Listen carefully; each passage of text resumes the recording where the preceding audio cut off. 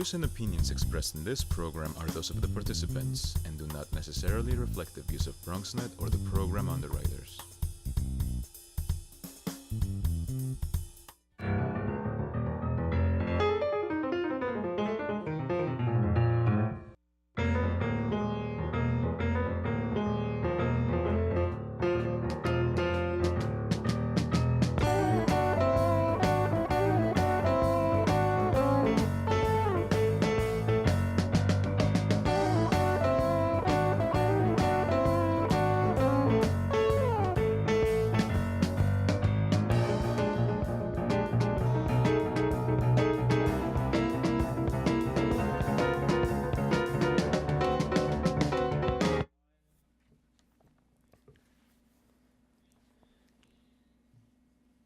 Good evening and welcome to Bronx Talk, a range of Bronx issues on our table tonight. We're in mid-July and right on the edge of what should be an interesting primary season with races in the city council and for mayor and all the other city offices set for the fall.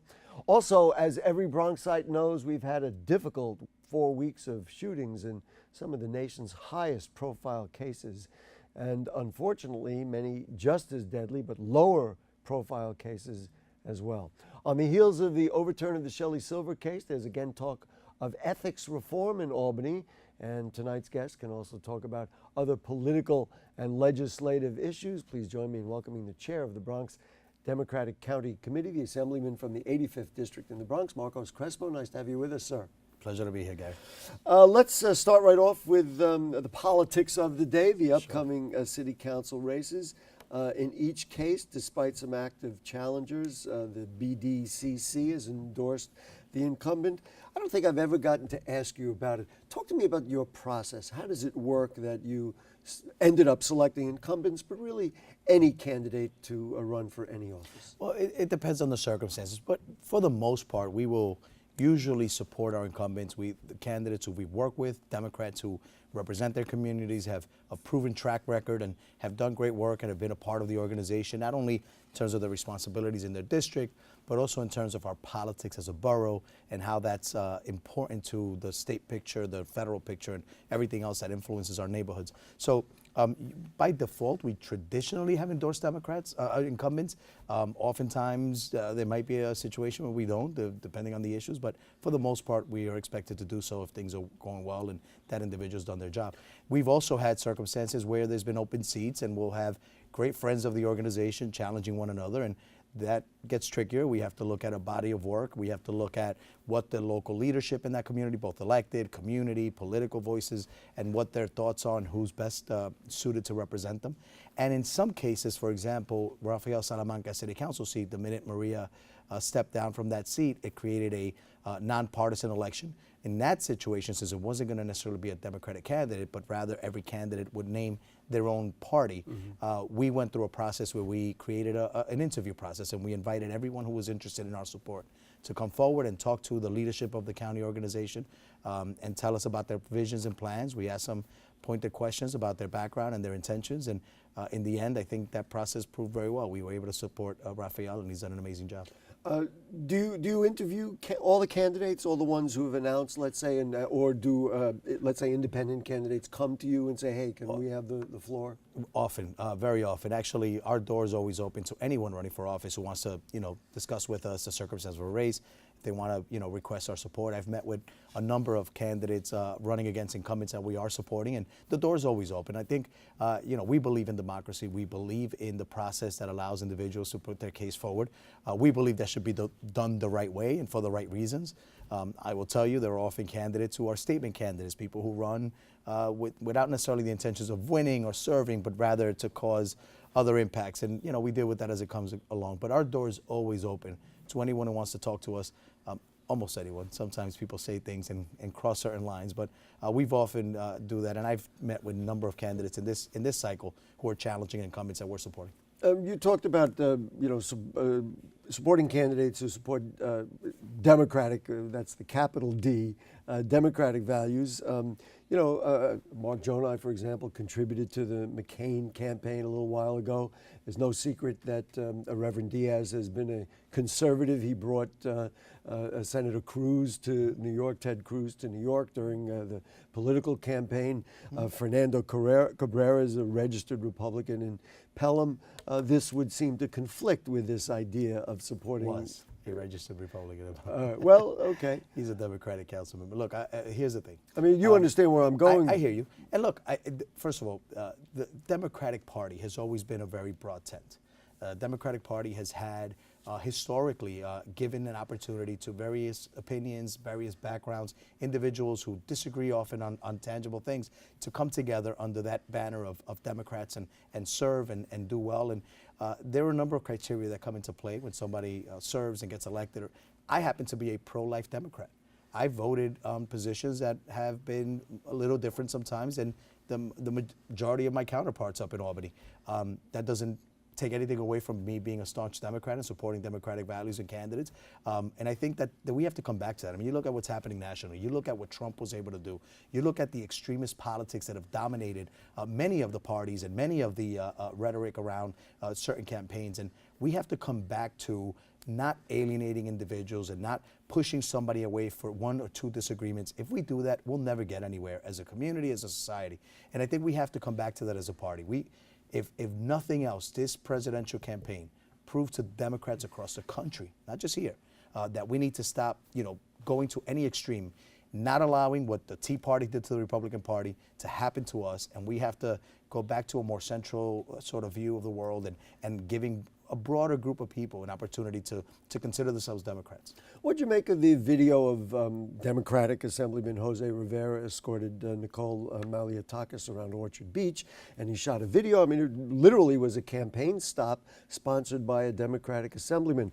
I saw the video. I frankly thought it was a little odd. It is a little odd. Look, I have debated with Nicole and disagreed with her tremendously on many important issues. I frankly think she would be a disaster as mayor and would not want her to represent us in any sort of way. She is a colleague in the New York State Assembly. We have great relationships with with colleagues on the other side of the aisle, and we discuss the issues. And I know Jose and her have had extensive conversations around her background as a Cuban American and his as a Puerto Rican American and the history of the respective islands. And they get along well and have a certain level of friendship. And if that's all it was, that's all it was. I mean, if I try to react to every time somebody, every decision every person makes, there'd be no time in the day to get anything done. In the scheme of things, in the bigger picture, we have a very solid unit of colleagues and elected leaders who have been working together. My predecessor, Carl Hasty, as county leader, really brought about that message of unity and bringing people together from different parts of the borough. And we've been focused on that, and we're going to continue to be focused on that. It doesn't matter if you're a Bronxite who lives in Riverdale, in the South Bronx, East or West, or anywhere in between. Everything we do as colleagues affects the communities we represent. And right now, we're in a very good place as a political organization, as a borough. We're politically strong. And with that, we've been able to deliver where it matters on policy and resources, and that's what the community wants and needs. Do you think people in the communities that you're talking about are tired of kind of the musical chairs, so to speak? So let's say that Senator Diaz ends up being elected to the city council, and we saw, I think it was even today, that Louis Sepulveda filed to run for state senate. I don't think it's too much of a stretch to think that he would like to run for that seat. Then people are saying, well, then what happens to Annabelle Palmer, who is term limited out, and maybe she runs for Louis Sepulveda's seat, and all of a sudden there doesn't seem to be an opening for new blood, for new people to come into the party. You think the people of the Bronx are tired of that? No, and I'll tell you what. No, I don't think they are, and I'll tell you why. First of all, when you talk about individuals who have been serving and whether they go to different positions, I mean, you look at national politics as well. Again, the examples, the Clinton family, you look at the Bush family, you look at the Kennedys, you look at the Cuomos, you look at a number of political families. I won't ask you to mention the Trump family. We'll leave that for because I hope he's one and done when it comes to the Trump family. But my point is this. We have seen individuals, if you, in any industry, if you grow into an industry, if you were born and raised around a certain environment, around certain skill sets, around certain leadership, around certain efforts, whether it's campaigning, collecting petitions, it's something you sort of grow up understanding and doing. I didn't have that. I came into politics from a laborer family. My family were all painters. I never knew about politics until I did an internship. And I'm a great example of how a political leader, and coming from a political family, could have gone a different route, and instead they supported me and gave me an opportunity, a political newcomer, a chance to serve and support me in that campaign to get elected. So no, I don't think people are tired of it. Look, elected officials who serve for a long time do this, develop very specific skill sets, develop certain relationships that make this office and those offices function and deliver for the community. People want somebody with experience. We're seeing what happens now when you put somebody who claims to be an outsider who's going to bring a fresh perspective. When you don't know what this industry is like, when you don't have the relationships to make things work, when you can't bring people together because you have none of those relationships, you can't deliver and you can't make good things happen. So when somebody with experience seeks out a new office, it's a way to freshen things up, maybe look at things from a different perspective. In Albany, we're more policy oriented. The city council, they spend more of the dollars, direct dollars and capital dollars. But all of that makes the community function. It all has an impact on our neighborhoods, and you want experienced individuals. And that's why voters ultimately go out and re-elect them. They have a recognition of the name, they know the track record, and they know what they're judging. And so, but you've seen also a tremendous turnover, new leadership coming in at all levels. We have some of the youngest council members in any delegation in the city are in the Bronx. We're seeing new faces coming into other office, and we're going to continue to see that for a number of reasons. Well, I guess Richie Torres is the youngest council member, and Jamal Bailey is the youngest senator. I was the youngest assemblyman when I got elected. That's no longer true. Well, time does march on. Last question about politics, and then I want to get into some of the real difficult issues going on in our community. Talk about your predecessors. You already mentioned Carl Hastie. Of course, there was Jose Rivera before that, and Roberto Ramirez. Are you a different leader from what they are? I mean, why don't you give me similarities and differences in terms of how you look at the party? You know, it's interesting. I've never really thought of it in that way. It'd be hard to answer it that way. I'll put it this way. I love to understand what other people have done, how they've approached their roles, and also the psychology and the history that led them to those positions. I say that because when I look at some of my older colleagues who have been serving for a lot longer than I've been alive, and I realize how forceful they can be on their issues, I also have to understand that at the time that they started, they did so when they were not welcome, when they had their doors shut in their faces simply because of who they were, how they looked, and how they spoke. That experience, I didn't have to confront that because they did. And it shaped the way they talk, the way they express themselves, the way they fight for issues. I have an opportunity to maybe approach it much more diplomatically without having to confront those same barriers. So the question is, how do I take the ball further down the field on behalf of the community? And so that's more the analogy that I would use in terms of how I've looked at their experiences and try to do better. For example, Jose Rivera as chairman or Carl Hastie as chairman, they have their personalities. I'm my own person. I've been blessed too that I've had mentors like Carl and Ruben Diaz and others who have always mentored me but never dictated whatsoever how I make a decision. They've respected the decisions that I've made, and that's also helped me grow into the role. I'm the youngest county leader in the state, and I understand that comes with some responsibility to be prepared for all the challenges that come, but we have a clear vision for what we want to accomplish as an organization, and I'm grateful that those mentors and those predecessors continue to be around to guide me and help me and give me their thoughts. Thursday night of this week is the big gala, and anything to report on that? Expect to see all the leadership in the state come in and say hello to the Bronx. Let's talk about our home borough, the Bronx. We've had those shootings. Everybody knows the Bronx Lebanon hospital shooting, the shooting of an officer in cold blood. I mean, all of these just absolutely chilling. A shooting the other day recorded on video, a man walking up to 3 people in the Bronx and blowing them away. It was a triple shooting that wounded a 4-year-old child. I mean, these are just as disturbing as any events could possibly be. I know the mayor and others boast of crime going down, but it's hard to not notice that we have a problem. Mental health, gangs, gun control, I mean, where do you fall, and what do you think ought to be done? First of all, there is no one magic ingredient that's going to solve these types of issues. And it is true that crime is going down in totality, and it's, when you look at the numbers and how they're broken down, we are seeing tremendous reductions in crime overall. But we also see these egregious examples of what happens when illegal guns end up in our streets and when too many people, in some cases mental health issues, in other cases simply who are involved in gang and criminal activity, have access to. I believe we have to do something in this country urgently around guns. And if nothing else should bring people back into the democratic fold, it's fighting the interests, the special interests, the NRA and others who continue to block policies federally that would really change the way guns end up in our streets. New York State has some of the strongest gun laws. We've seen a lot of that. The SAFE Act is one example of attempts to further prevent that from happening. But at the end of the day, if weapons keep making themselves accessible via other states and communities around us, we're not going to stop this problem. Mental health is another issue. You know, the mayor announced the NYC Thrive initiative. In the state, we've done tremendous more resources in this area. But again, we have to look at this very holistically. We have to provide a lot more resources. And each of these incidents have their own circumstances. We have to, look at them in depth, like security at our hospitals being one. How did how did that kind of assault weapon end up waltzing its way right into a public space like that? Well, I mean, you could ask that question from a legislative perspective, because apparently that particular gun, automatic weapon, had a loophole that it got through, that it was actually bought legally. Well, I'm more concerned with how it ended up in the building, up the stairs and into those. I mean, look, it's a lot to look at. Do you see more as a result, let's say, of these, use the Bronx, Lebanon as an example, of legislation coming to the state? Or are you saying, you know what, it's just been such a fight in the Senate, we're not going to get it through? No. We will always do that and react to that and look to do more. But I approach policy from this perspective. First of all, we shouldn't just react to things because we want to save face and say we did something. We have to be thoughtful. We have to look at the issue, in totality. We can't rush a piece of legislation simply because we want to show that we did something. I think that's disingenuous to the community and doesn't serve the best purpose. I would admit that even with the SAFE Act, for example, could have been a better piece of legislation had we not rushed through it at the time that it did. So we need to take our time. We need to be smart about this.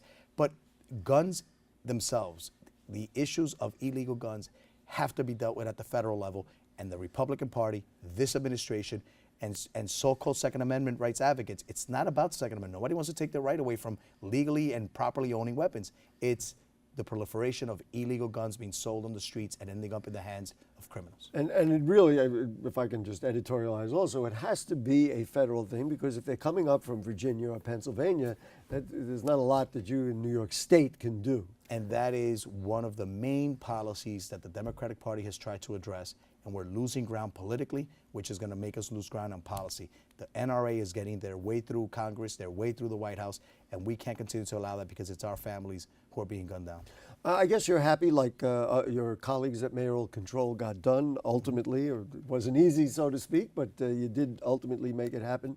Many of your Assembly colleagues were unhappy that the notion of increasing the charter school cap was kind of the political football that was played in the Senate. You're an avowed advocate of charter schools. Do you think it was appropriate for the Senate to include that? Or do you separate that issue and rather they did not do that? On the merits of charters themselves, I support them, and I believe that we should have a broad options for families to look at when looking at educational opportunities for the children. We shouldn't take that away, and I welcome charters and parochial schools and innovative school models that allow families those choices.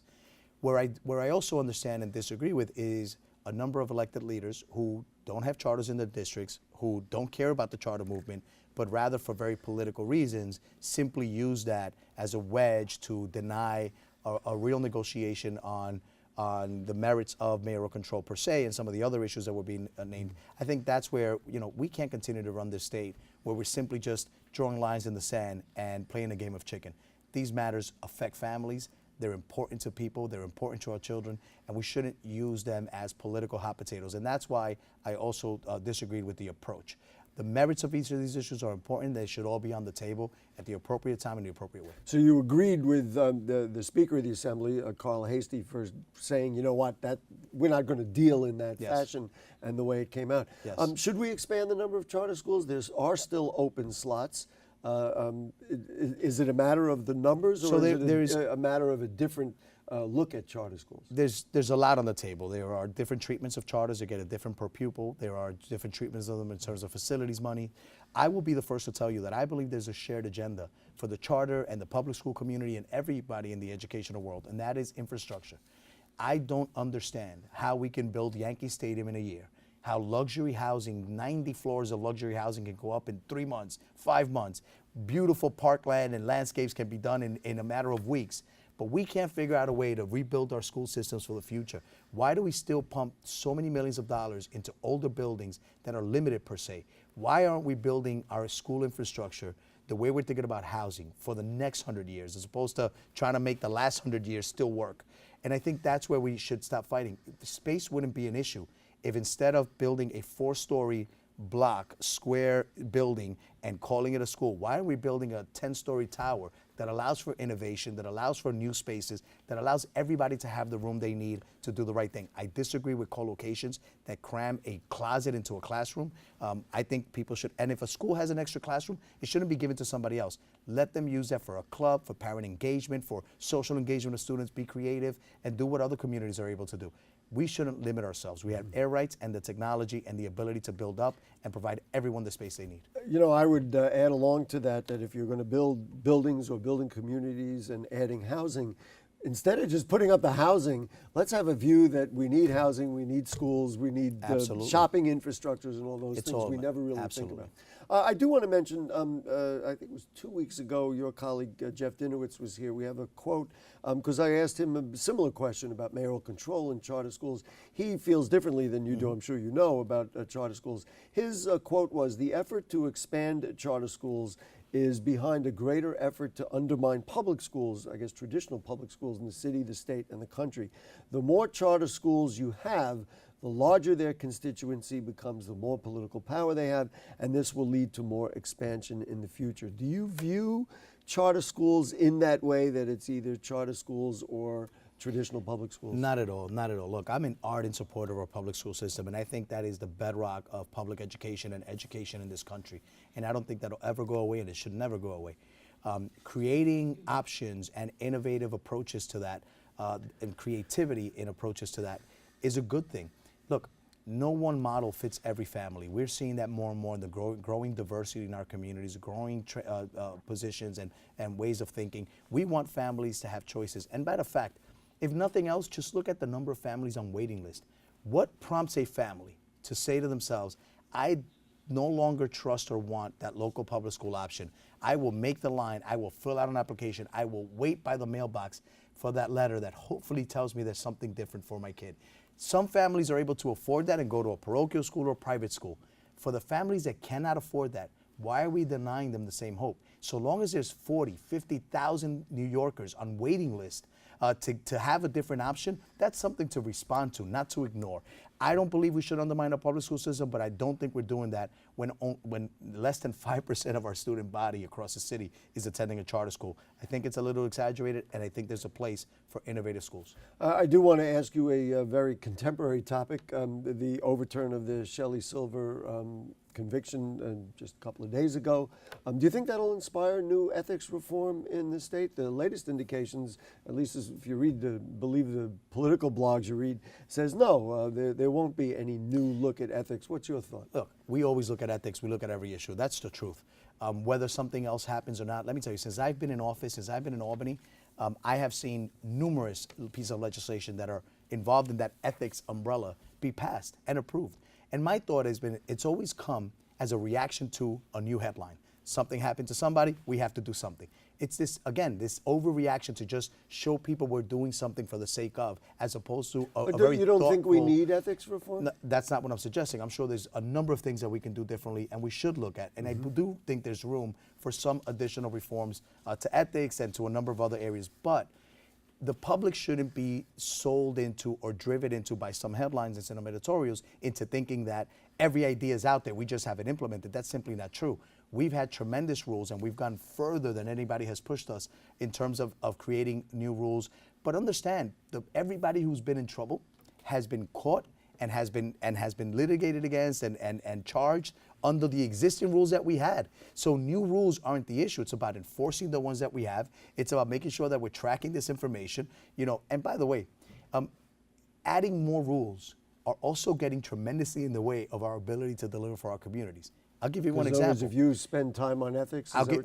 I'll give you an example of that. It was part of this whole ethics reform conversation that somebody said, well, look at the 2 elected officials who were involved in mismanagement of their discretionary funding, which was resources that came back into the neighborhood.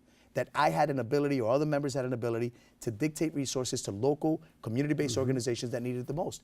2 individuals did the wrong thing with it, got caught, got in trouble, were expelled from public office, but still, because of the headlines and everybody said there should be no discretionary funding, lost your member items. Everybody else lost the ability to support their community. So now when local groups come to me and say, can we get some funding for our after-school program, I tell them, I can't do it anymore because, we overreacted to something where the individuals under the rules that existed got caught, and we had to change the rules of the game. I got about 1 minute left, and I really want to ask you about the new, Bruckner Boulevard, Sheridan Expressway coming down. You're happy that's your district. Extremely excited about this. It's a $1.8 billion commitment coming to the borough of the Bronx, particularly to the southeast section of the Bronx. For over 20 years, the community has talked about the Bruckner, the Sheridan Expressway, the limitations, not only for pedestrian access to the waterfront to the Bronx River, but also commercial traffic going in and out of the Hunts Point Peninsula. Will this affect commercial traffic? Because as I understand it, it's going to be the same trucks. This is the one project that really checks the boxes for the business community, the residential community, the environmental community, and all of us who view this corridor as being an important one. But also, it's going to create pedestrian access, it's going to bring families into the waterfront. We're going to fully phase out the Greenway by building the second bridge at Starlight Park. So many great things are going to happen. The community has every opportunity to chime in. Scoping meetings are happening. Look out for that information. Assemblyman Marcus Crespo, chair of the Bronx Democratic County Committee. Love having you on the show. Let's do this again. Never shy, and you really have a lot to say, and we appreciate your time today. Thank you, Gary. We do want to mention a viewer comment from last week's show with Senator Jamal Bailey. This came to us via Facebook from Chet W. And Chet said, black on black crime is the real issue. But if you say it, even within the black community, you are a traitor or racist. The no snitching rule is a culture that should be erased by people like this senator. And that was Chet's comment on the show we did last week with Senator Jamal Bailey. If you have further questions or comments on anything you heard on tonight's show or anything going on in the Bronx, email them to us at bronxtalk@bronxnet.org. You can send us a tweet at BronxTalk, or post them on our Facebook page, and we'll read them on the air during a future edition of our program. You can check out our archives at bronxnet.org. BronxTalk is on the lower right navigation bar. And to talk about guns and crime in the Bronx, as well as her Another Chance warrant resolution program. Next week, our guest will be Bronx District Attorney Darcel Clark. So we thank our producer, who is Lindsay, our director, who is Brianna, the cast of thousands around us, to him, to you, to them. Good night. See you next week.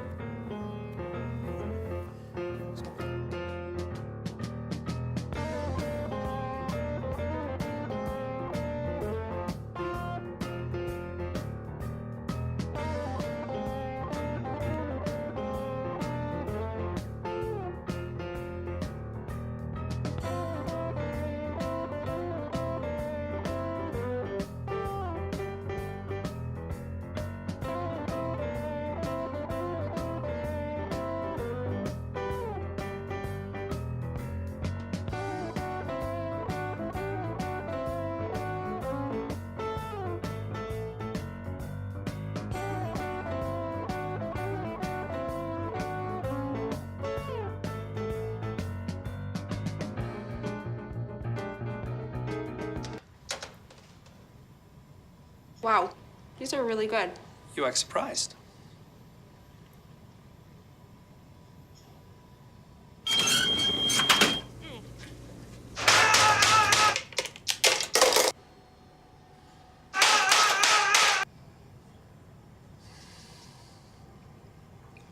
Practice makes perfect. You don't have to be perfect to be a perfect parent. There are thousands of teens in foster care who don't need perfection. They need you. From your first sunrise to the sunset of life, we are with you through life's journey. Social Security, securing today and tomorrow. Visit socialsecurity.gov. This video produced at U.S. taxpayer expense.